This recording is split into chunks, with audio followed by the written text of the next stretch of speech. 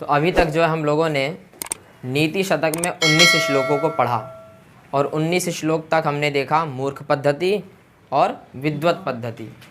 तो विद्वत पद्धति का यह भी श्लोक है, श्लोक 20वां। तो इसको भी एक बार पढ़ते हैं और उसके बाद समझते हैं। जाड्यम धियो हरति सिंचति वाचि सत्यम, धियो हरति सिंचति वाचि सत्यम, मानोन्नतिं दिशति पापमपाकरोति,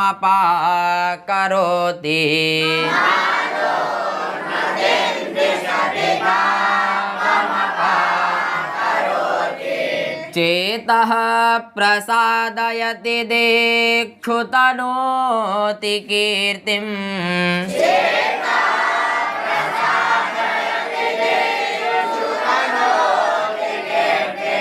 सत्संगतिः कथय किन्न करोति पुंसाम्, कथय किन्न करोति पुंसाम्। देखिए यह जो 20वां श्लोक है वसंत तिल का छंद में है। किस छंद में है? वसंत तिल का छंद। अभी तक आप लोगों ने 19 श्लोक पढ़ा तो कई श्लोक अलग अलग छंद में आए हैं। तो वैसे ही यह 20वां श्लोक किस छंद में है? वसंत तिल का। ठीक है ना। यह विद्वत पद्धति का श्लोक है और भर्तृहरि जी कह रहे हैं सत्संगति। क्या कह रहे हैं? सत्संगति। सत्संगति। सत्संगति का अर्थ होता है सज्जनों का संगत। सज्जन अर्थात अच्छे लोग। अच्छे लोगों की जो संगति होती है, किम न करोति। किम मतलब क्या और ना मतलब नहीं, करोति मतलब करती है। अच्छों की जो संगति है क्या नहीं करती, किसका? तो कह रहे हैं पुंसाम। किसका? पुंसाम। पुंसाम अर्थात मनुष्यों का। समझे कि नहीं जी? तो भर्तृहरि जी कह रहे हैं जो सत्संगति है क्या नहीं करती है, किसका? पुंसाम, मनुष्यों का, प्राणियों का। और फिर कह रहे हैं कथय। क्या कह रहे हैं? कथय। कथय मतलब कहो। भला सत्संगति क्या नहीं करती पुरुषों के लिए, ऐसा कौन कह रहे हैं? भर्तृहरि जी कह रहे हैं। समझे कि नहीं? अब ऊपर के 3 लाइनों में बता रहे हैं कि सत्संगति से क्या क्या लाभ होता है। अब ऊपर की 3 लाइनों में बता रहे हैं और इसमें जो कर्ता है वो सत्संगति है। कर्ता कौन है? सत्संगति। समझे कि नहीं? सभी क्रियाओं के साथ आपको सत्संगति इस कर्ता को जोड़ना है। अब देखिए पहला फल क्या दे रहे हैं। कह रहे हैं जाड्यम धियो हरति। क्या कह रहे हैं? जाड्यम धियो हरति। जाड्यम धिया हरति। समझे कि नहीं? सत्संगति करता है और यहाँ हरति क्रिया है। री धातु का जब आप लट लकार में रूप बनाएंगे तो प्रथम पुरुष एक वचन में हरति बनता है। बनता है कि नहीं जी? तो करता हुआ सत्संगति और क्रिया है हरति। समझे कि नहीं? अब भर्तृहरि जी कह रहे हैं जाड्यम धिया। धिया कहते हैं बुद्धि को। धिया मतलब बुद्धि। बुद्धि। और जाड्य कहते हैं जड़ता को। जाड्य मतलब जड़ता। जड़ता। कई बार हिंदी में कहते हैं जड़ बुद्धि हो गई है, अर्थात जिसकी बुद्धि कोई काम ही ना करे, ऐसी बुद्धि को कौन सी बुद्धि कहते हैं? जड़ बुद्धि। आप बताइए कुछ, अगला व्यक्ति करे कुछ, ऐसी बुद्धि को जड़ बुद्धि कहा जाता है। तो भर्तृहरि जी कह रहे हैं भाई जाड्यम धिया, ऐसी बुद्धि जो जड़ बुद्धि हो गई है, ऐसी बुद्धि का क्या हो जाता है? हरति, हरण हो जाता है। अर्थात जड़ रूपी जो बुद्धि है वह खत्म हो जाती है। कब? जब सत्संगति ही हो। जब सज्जनों की संगति होती है तो ये जो जड़ रूपी बुद्धि है ये कैसी हो जाती है? बढ़िया हो जाती है। पहले जड़ रूपी होती है, लेकिन जब अच्छे लोगों का व्यवहार आचरण हम देखते हैं तो ये जो अपनी बुद्धि है जड़ रूपी, यह कैसी हो जाती है? निर्मल, कोमल और समझने वाली हो जाती है।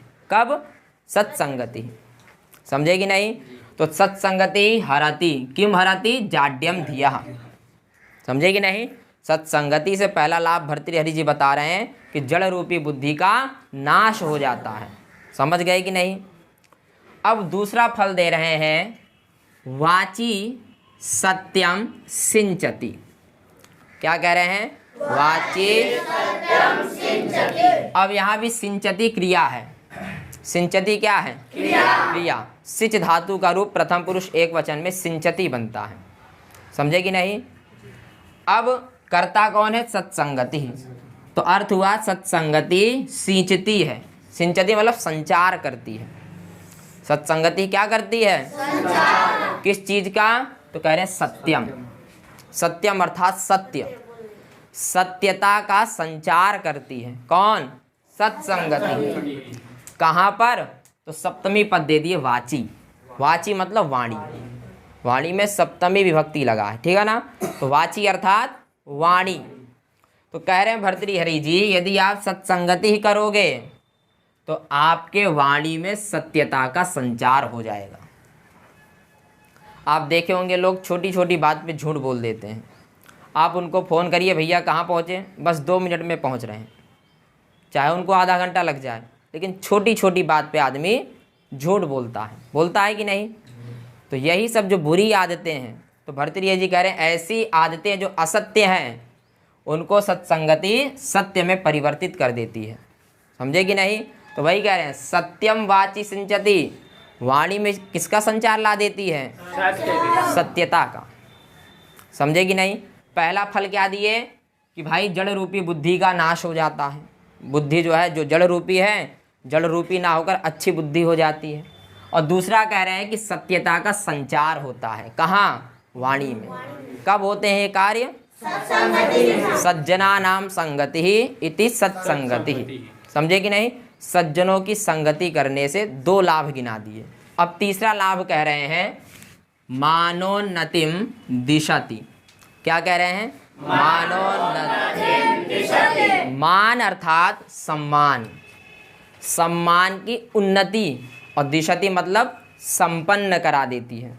अर्थात अगर आप सज्जनों के साथ में रहोगे तो आपका जो मान सम्मान है वह बढ़ जाता है। बढ़ जाता है कि नहीं? तो वही भर्तृहरि जी कह रहे हैं मानोन्नतिम दिशति। आपके मान सम्मान को, आपको मान सम्मान से संपन्न कराएगी। कौन? सत्संगति। यहाँ क्रिया क्या है? दिशति। दिश धातु लट लकार प्रथम पुरुष एक वचन में दिशति रूप बनता है। दिशति अर्थात संपन्न करना। ठीक है? तो भर्तृहरि जी कह रहे हैं भाई आपको मान सम्मान से संपन्न करवा देगी। आप किसी अच्छे व्यक्ति के साथ रहिए तो आपका मान सम्मान बढ़ता है कि नहीं है? अगर उसका आदर हो रहा है तो आपका स्वतः आदर होने लगता है कि नहीं? जैसे नरेंद्र मोदी जी हैं, वो आए तो उनके साथ में जितने लोग भी आएंगे सबका मान सम्मान होगा कि नहीं? कोई बड़े महाराज आए, उनके साथ में अगर उनका कोई शिष्य है तो उसका भी मान सम्मान होता है कि नहीं? तो किसके द्वारा मान सम्मान मिल रहा है? सत्संगति के कारण, क्योंकि उनकी जो संगत है अच्छे लोगों के साथ है। और जब अच्छे लोग के साथ संगति होती है तो उनको मानोन्नतिम दिशति स्वतः मिल जाती है। समझे कि नहीं? मान सम्मान उनको स्वतः मिल जाता है। कब? सत्संगति यदि वो करते हैं तब। समझ गए कि नहीं? और चौथा फिर बता रहे हैं कि पापम अपाकरोति। क्या कह रहे हैं? पापम अपाकरोति। ठीक है? पापम अर्थात पाप। पापम मतलब पाप समझते ही हो। और अपाकरोति अर्थात दूर कर देती है। अपाकरोति मतलब दूर करना। अब यहाँ भी कर्ता कौन है? सत्संगति। और क्रिया क्या है? अपाकरोति। यह क्रिया है।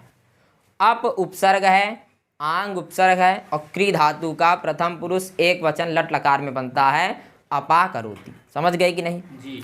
अपाकरोति यह क्रिया है और सत्संगति क्या है? कर्ता है। समझ गए कि नहीं?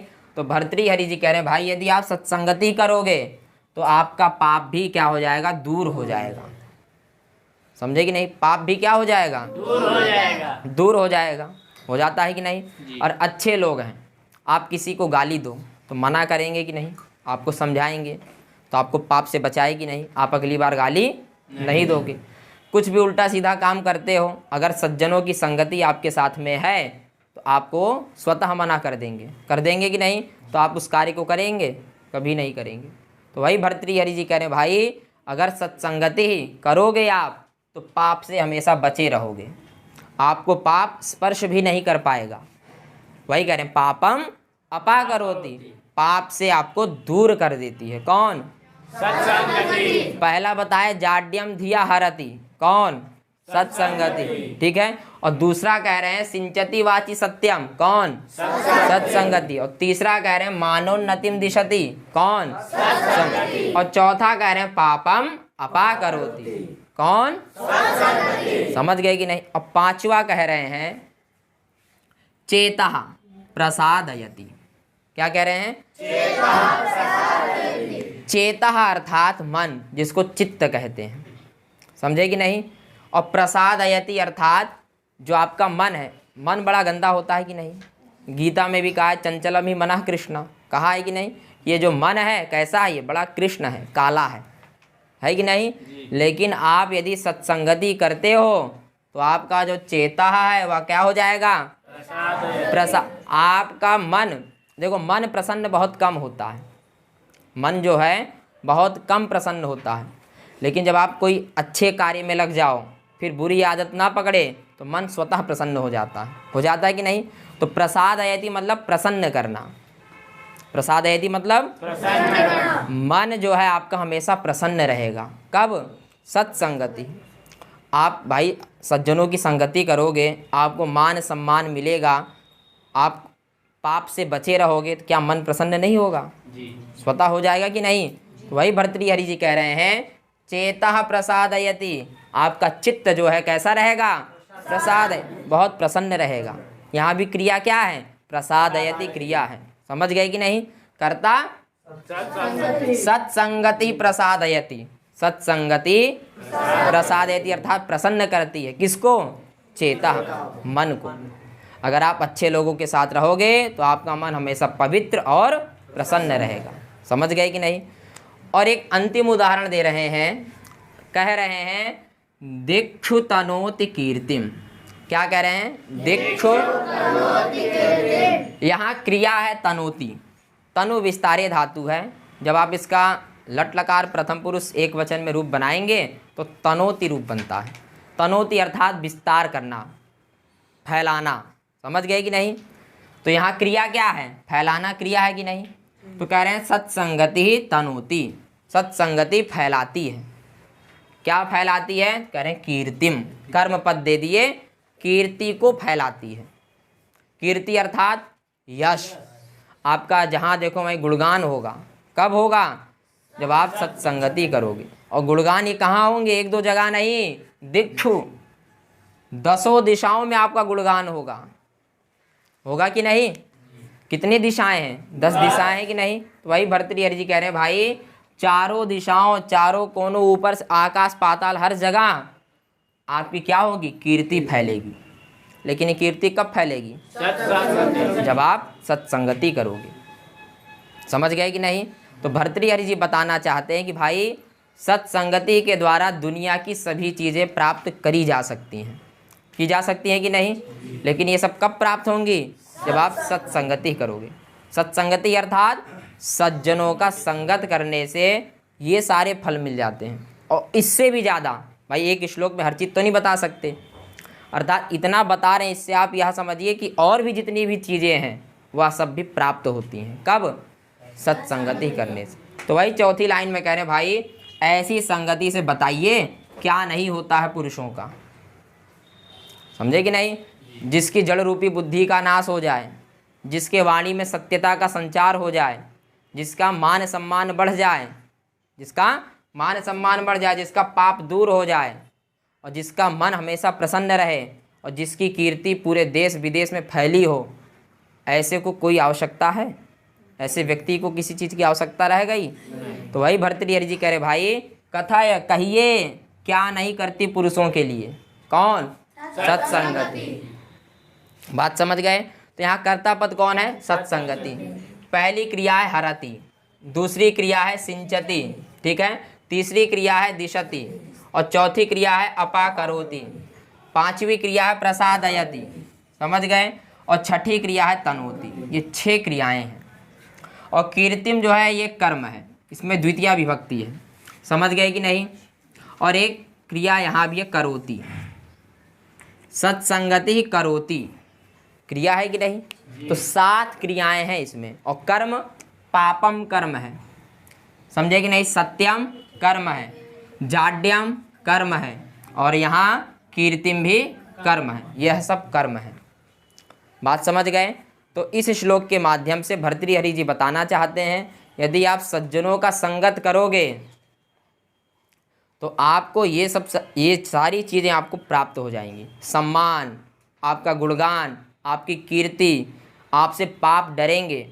ये सब सारी चीज़ें कब होती हैं? जब। बात समझ गए? आप सभी के श्लोक समझ में आ गया?